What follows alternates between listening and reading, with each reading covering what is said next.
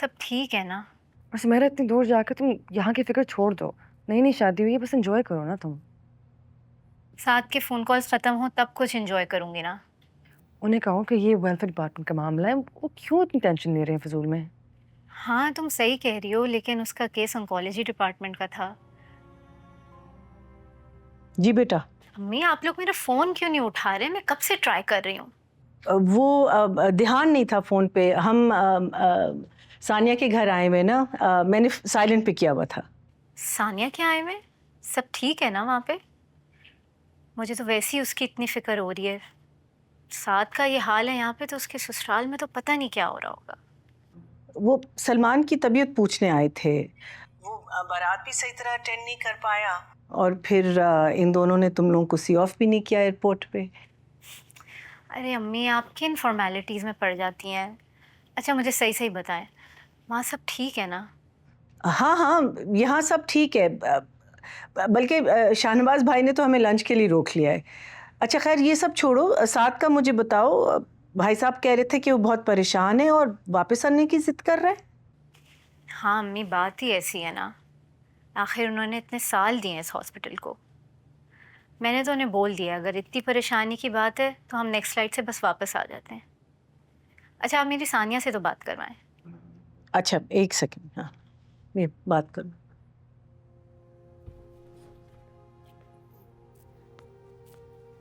हाँ सुमेरा, कैसी हो? मैं ठीक हूँ। तुम कैसी हो? तुम्हारे ससुराल में तो बहुत टेंशन चल रही होगी। नहीं ऐसा कुछ नहीं, ठीक है सब, लेकिन ऑब्वियसली थोड़ा सा प्रेशर तो होता ही है ना। अच्छा सानिया मैंने अम्मी को तो कुछ नहीं कहा, तुम्हें पता है वो बात का बतंगड़ बनाती है।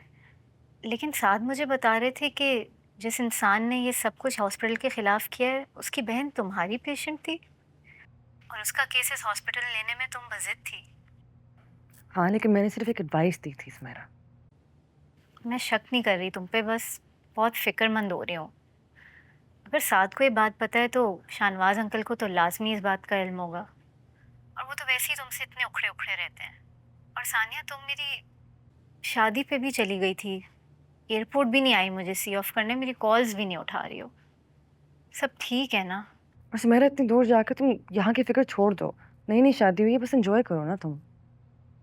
साथ के फ़ोन कॉल्स ख़त्म हो तब कुछ एंजॉय करूँगी ना। उन्हें कहो कि ये वेलफेयर डिपार्टमेंट का मामला है, वो क्यों इतनी टेंशन ले रहे हैं फिजूल में। हाँ तुम सही कह रही हो लेकिन उसका केस ऑन्कोलॉजी डिपार्टमेंट का था, तो कहीं ना कहीं साथ पे भी बात आ सकती है। खैर अब मैं बस तुम्हें ये कहना चाहती हूँ कि तुम बिल्कुल फिक्र नहीं करना, कुछ भी हो I am on your side. ठीक है? थैंक यू सुमेरा, तो ख्याल रखना तुम, और डॉक्टर साथ का भी। हाँ और तुम बिल्कुल फिक्र नहीं करो, मैंने काफ़ी हद तक तो साथ को समझा दिया कि किसी कंस्पिरेसी पे बिलीव नहीं करें। तुम बिल्कुल बेवकूफ़ नहीं हो, बहुत समझदार हो और ऐसा कुछ नहीं करोगी। चलो मैं रखती हूँ। खुदा हाफिज़। खुदा हाफिज।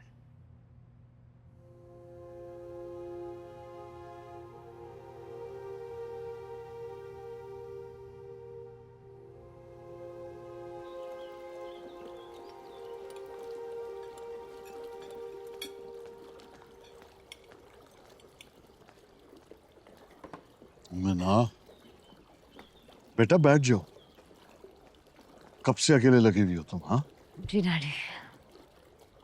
कि एक बात बहुत अच्छी है हमारी बहू की, घर, क्लिनिक, हॉस्पिटल, सब रिस्पॉन्सिबिलिटीज के पास से अकेले संभाला हुआ है। बल्कि हम लोग तो परेशान होते हैं कि how is she managing.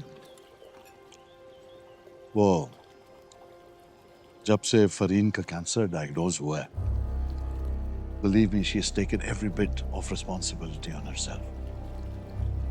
Cancer? Allah रहम करे, मगर आपने किसी को बताया भी नहीं।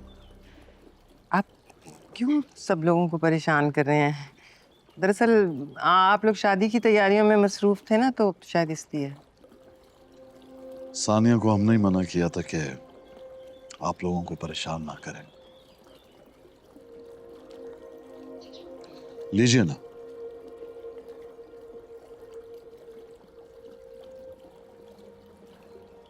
सैलड।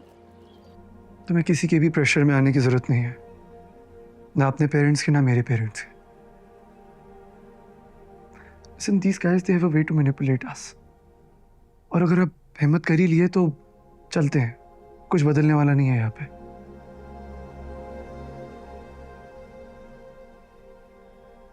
तो ठीक है, लेकिन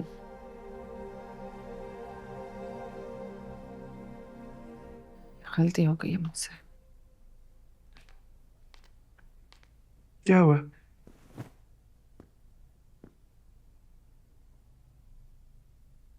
हिम की बहन के लिए मैं इतनी जज्बाती हो गई कि अपनी बहन के बारे में सोचा ही नहीं। तुम ऐसा क्यों सोच रही हो? तुमने सोचा तभी तो शादी छोड़कर फहीम को रोकने गई थी ना। यही तो बात है, शादी तक का सोचा, शादी के बाद नहीं। अब तो हो गया ना, तुमने कुछ गलत नहीं किया, पछताने की जरूरत नहीं है। और डॉक्टर साहब अक्लमंद आदमी है, आई होप वो चीजों को मिक्सअप ना करें। क्यों? अगर ऐसा ना हुआ तो? सानिया, अगर तुम्हें डरना ही था तो फिर इतना बड़ा स्टंट करने की क्या जरूरत थी? सुमेरा की शादी सबके बीच में हो रही थी, मुझे कुछ समझ ही नहीं आया इस बार। अब तो समझ आ गया ना कि डैड ने की है करप्शन। देखो, इसलिए मैं कह रहा हूँ कि चलते हैं अपना अलग घर बनाते हैं और हम लोग वहां जाएंगे जहां हमें किसी की वजह से लड़ना ना पड़े।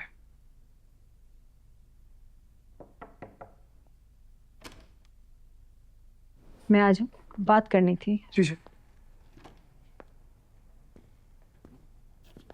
अब बैठे।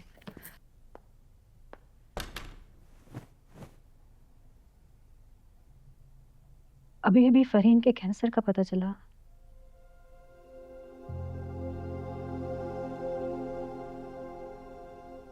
देखो सानिया, मेरी जान, तुम्हारी जो भी जंग है, और मैं जानती हूँ कि तुम गलत नहीं होगी, लेकिन बात हमेशा सिर्फ सही और गलत की तो नहीं होती ना। हमारी जिंदगियां ही ब्लैक एंड व्हाइट नहीं होती। क्या आप चाहते हैं कि हम यहीं रुक जाएं, है ना?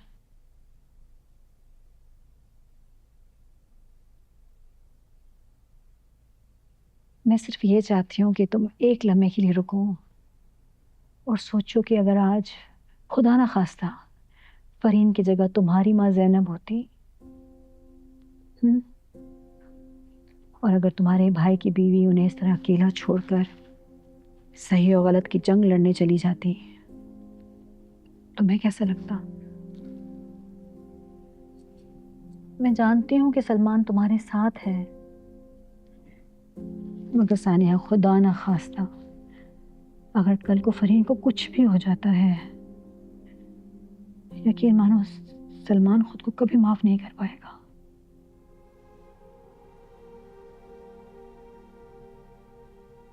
क्योंकि माँ की तकलीफ से निकली हुई आह बेटों के दिलों से कभी नहीं जाती, कभी भी नहीं।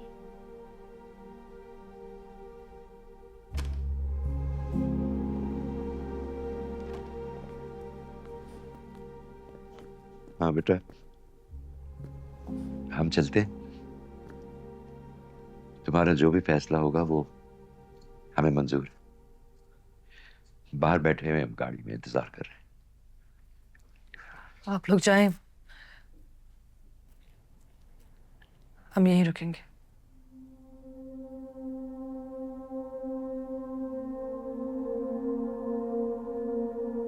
जा